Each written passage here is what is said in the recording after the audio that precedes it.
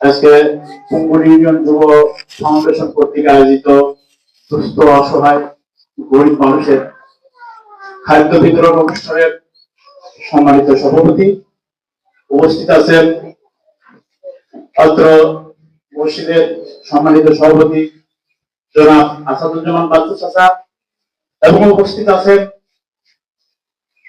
এই অত্র গ্রামের মেম্বার ঝোপড়ালী সরকার সহ এই প্রতিষ্ঠানের যুব উন্নয়ন ফাউন্ডেশনের সকল কর্মীবৃন্দ এবং এই প্রতিষ্ঠানের যে প্রতিষ্ঠাতা প্রকৌশলী জনাব হুমায়ুন কবির ভাই উনি আমাদের মধ্যে উপস্থিত নাই, কিন্তু উপস্থিত আছেন এখানে জনাব সার্বিক এই প্রতিষ্ঠানের যে সার্বিক পরিচালনায় দায়িত্ব নিয়েছেন জনাব আকরাম হোসেন স্বপন ভাই।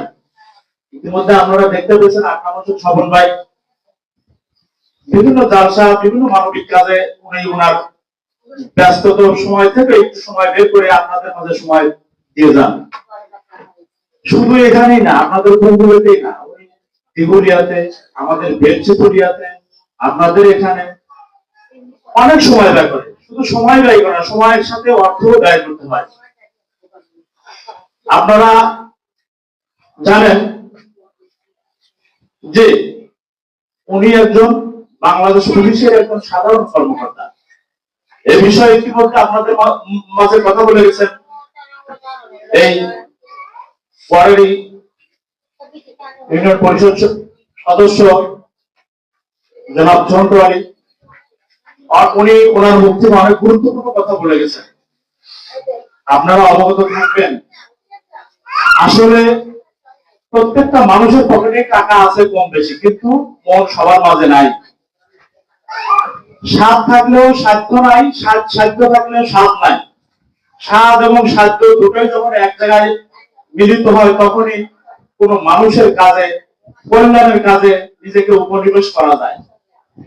আল্লাহ তাআলা মানুষকে 18 মাখলুকাতের মধ্যে শ্রেষ্ঠ মাখলুকাত হিসেবে দুনিয়াতে প্রেরণ করছে, যে তোমরা মানব জাতি হিসেবে মাখলুকাতের শ্রেষ্ঠ মাখলুকাত হিসেবে এই দুনিয়াতে কল্যাণকর এবং মানব ভালো কাজ করে যাও। কিন্তু মানুষ অনেক অর্থযুক্ত থাকা সত্ত্বেও মানুষ অসহায় মানুষের পাশে এসে দাঁড়ায় না।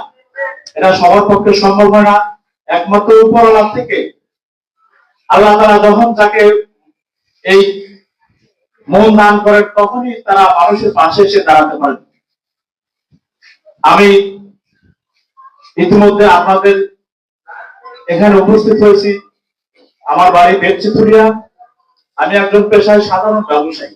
যাই হোক, আকরাম ভাইয়ের সাথে আমার দীর্ঘ কয়েক বছরের সম্পর্ক। ঢাকাতে গেলে আমরা দুজন একসাথে বসি, কথাবার্তা হয়, বিভিন্ন মানবিক কাজের বিষয়ে কথাবার্তা হয়। দীর্ঘ 1 বছর পরে এই ঈদ উল ফিতর ফিরে আসছে।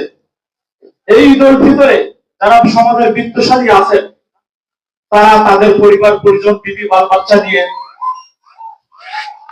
অনেক রকম পোশাক আশাক কেনার সহ খাদ্য বিতরণ, খাদ্য সামগ্রী বাড়িতে রান্না বান্না করে অনেক আনন্দ ঘন পরিবেশে নিজেদের ঈদ উদযাপন করবেন।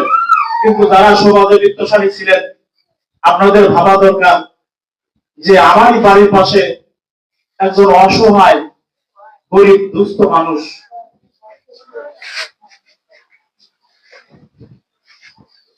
একটু খাবারের অভাবে তার ঈদ উদযাপন থেকে বঞ্চিত হচ্ছে। তো সেই অসহায় গরিব মানুষের মাঝে আজকে এই কুম্বুল ইউনিয়ন যুব ফাউন্ডেশন আপনাদের মাঝে আপনাদের ঈদকে একটু আনন্দপূর্ণ করার জন্য সামান্য খাদ্য সামগ্রী আপনাদের মাঝে উপস্থিত করেছেন।